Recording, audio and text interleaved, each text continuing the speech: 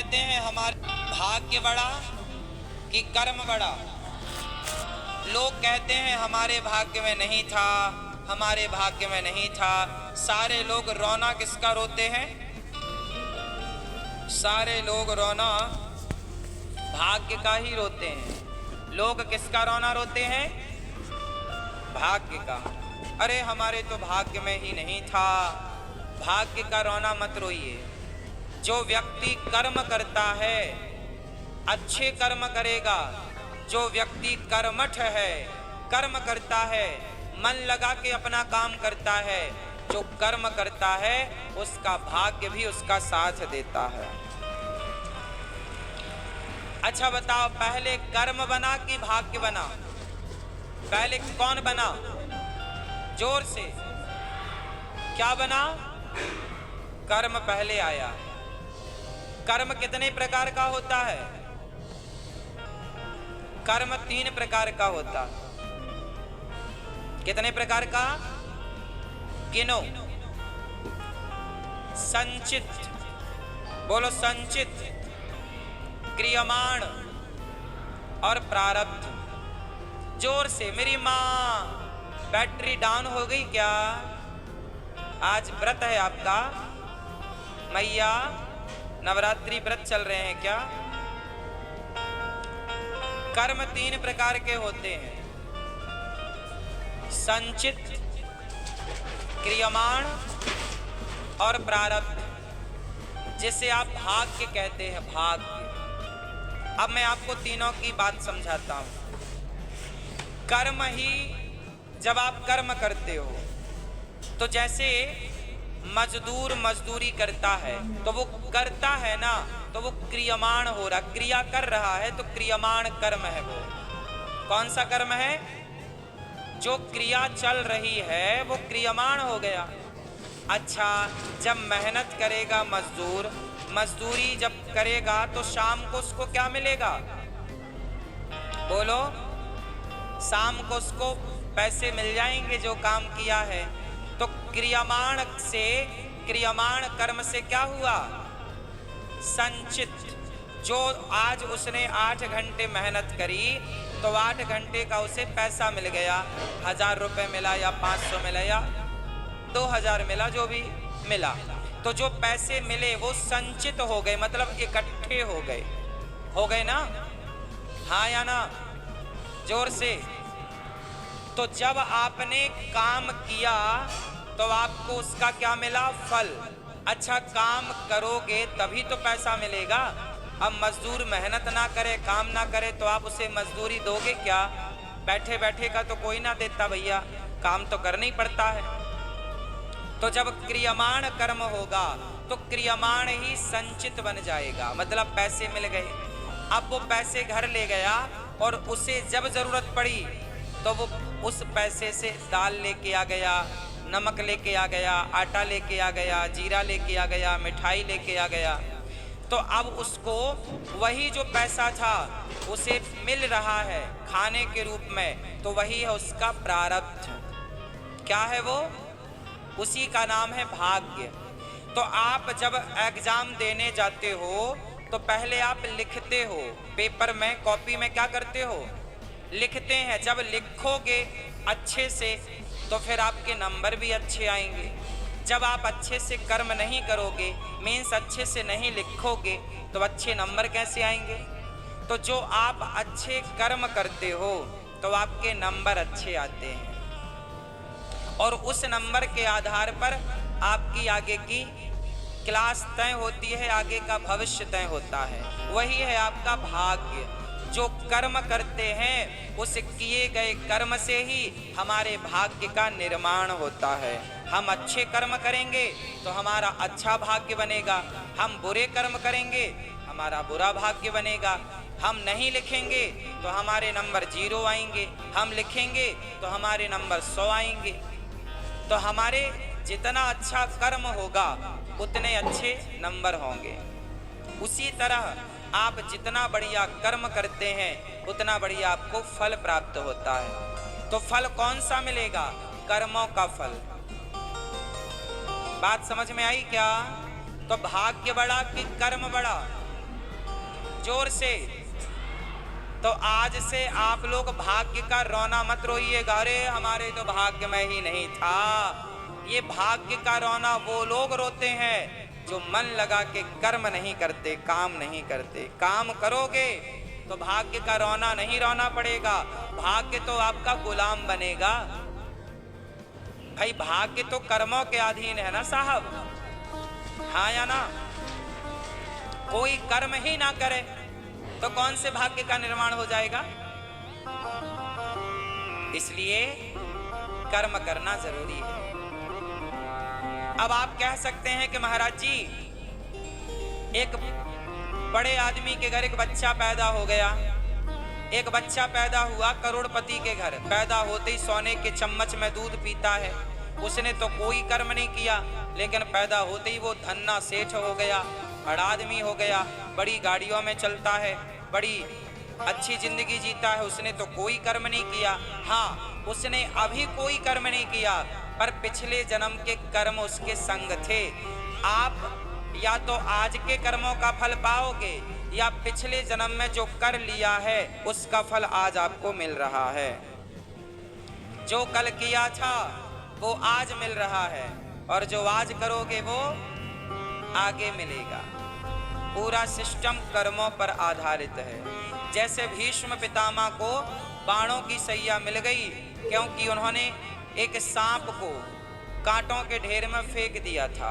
जब उनका कर्म बिगड़ा, उन्होंने सर्प को कांटों की सैया दी, तो उन्हें भी कांटों की सैया मिली। जैसा बोओगे वैसा काटोगे।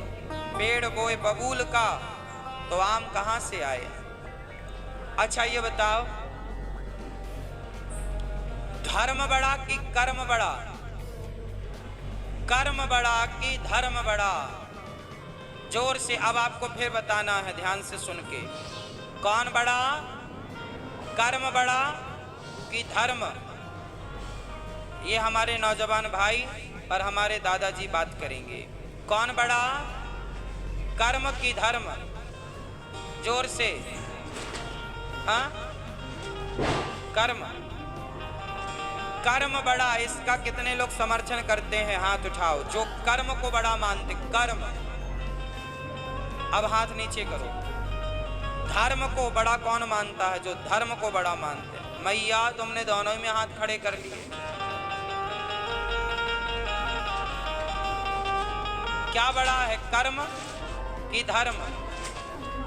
क्या बड़ा? हाँ, ए मैया पंचायती मैया, क्या बड़ा है, कर्म कि धर्म?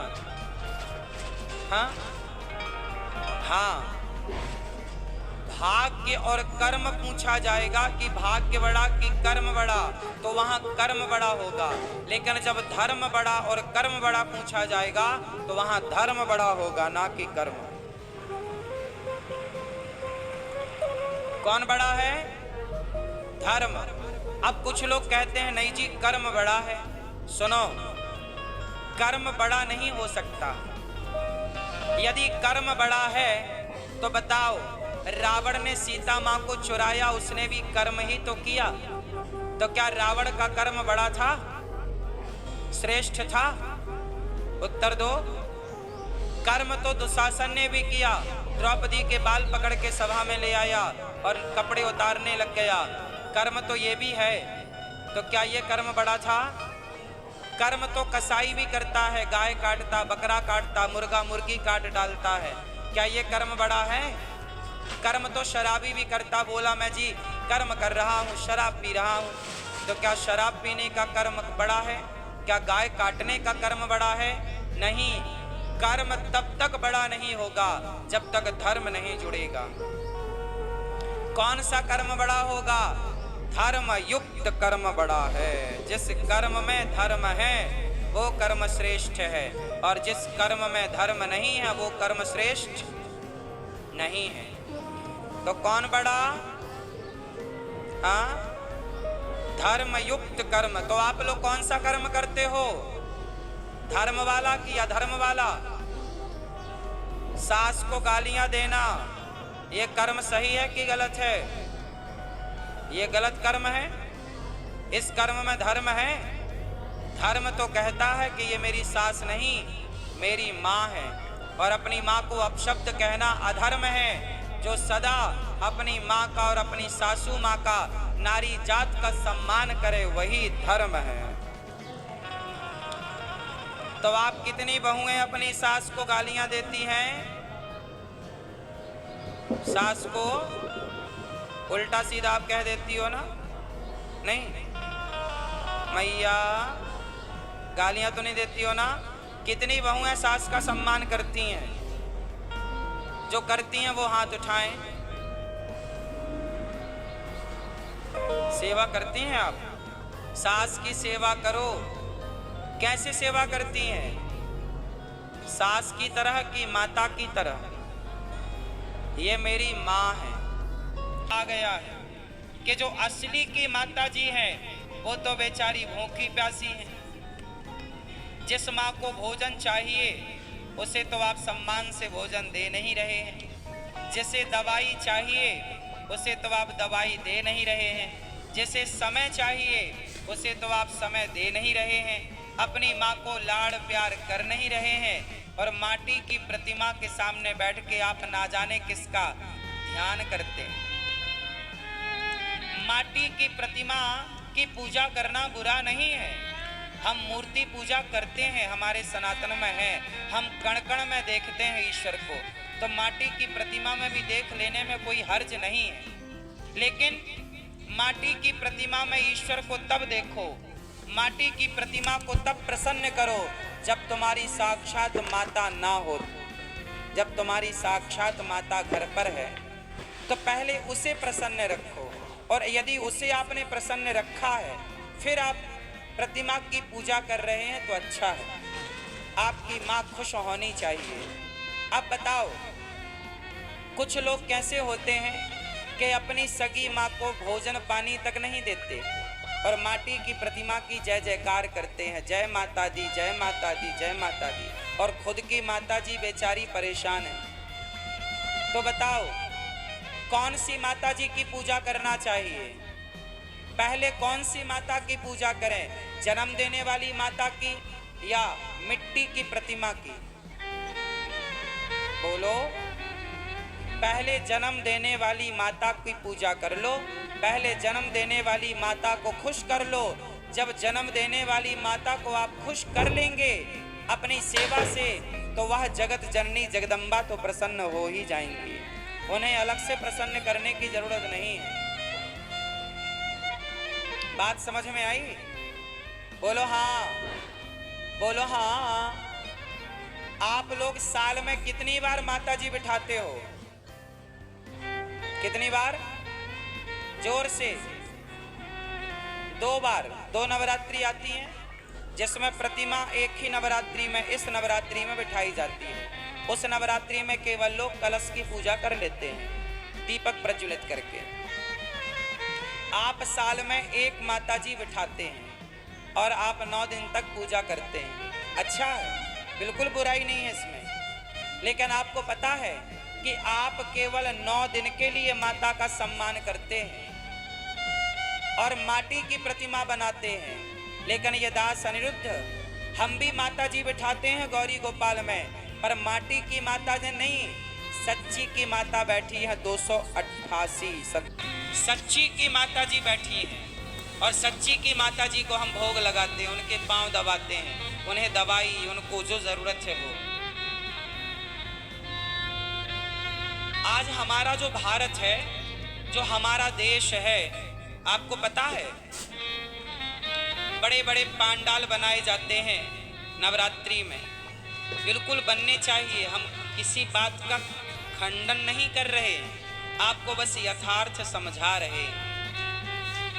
आजकल ना माता जी के पंडाल भी लोग कंपटीशन में बनवाते हैं कि उसका पंडाल ऐसा तो हमारा ऐसा होना चाहिए, उसका भंडारा 1.25 कुंटल का था तो हमारा 2 कुंटल का होना चाहिए। अरे भाई, माता रानी ने ये कब कहा कि तुम कंपटीशन करो? तुम्हें श्रद्धा से पूजा करनी थी, तुम्हें ईर्ष्या नहीं करनी थी। लेकिन आज वह श्रद्धा ईर्ष्या में तब्दील हो गई। किस में तब्दील हो गई? हाँ या ना? वो लोग कहते हैं ये हमारी मोहल्ले की माता जी हैं, हमने इतना पैसा खर्च किया, तो बोलते हो आप कि नहीं जी हम भी करेंगे, और आप उससे बड़ा पांडाल लगाते हो। कंपटीशन चलता है, हाँ या ना? तो क्या आपके इस ईर्ष्या द्वेष की भावना से वह माता रानी प्रसन्न होगी? अरे माता को सच्ची श्रद्धा चाहिए थी, सच्चा भाव चाहिए था, आपका छल कपट नहीं चाहिए था।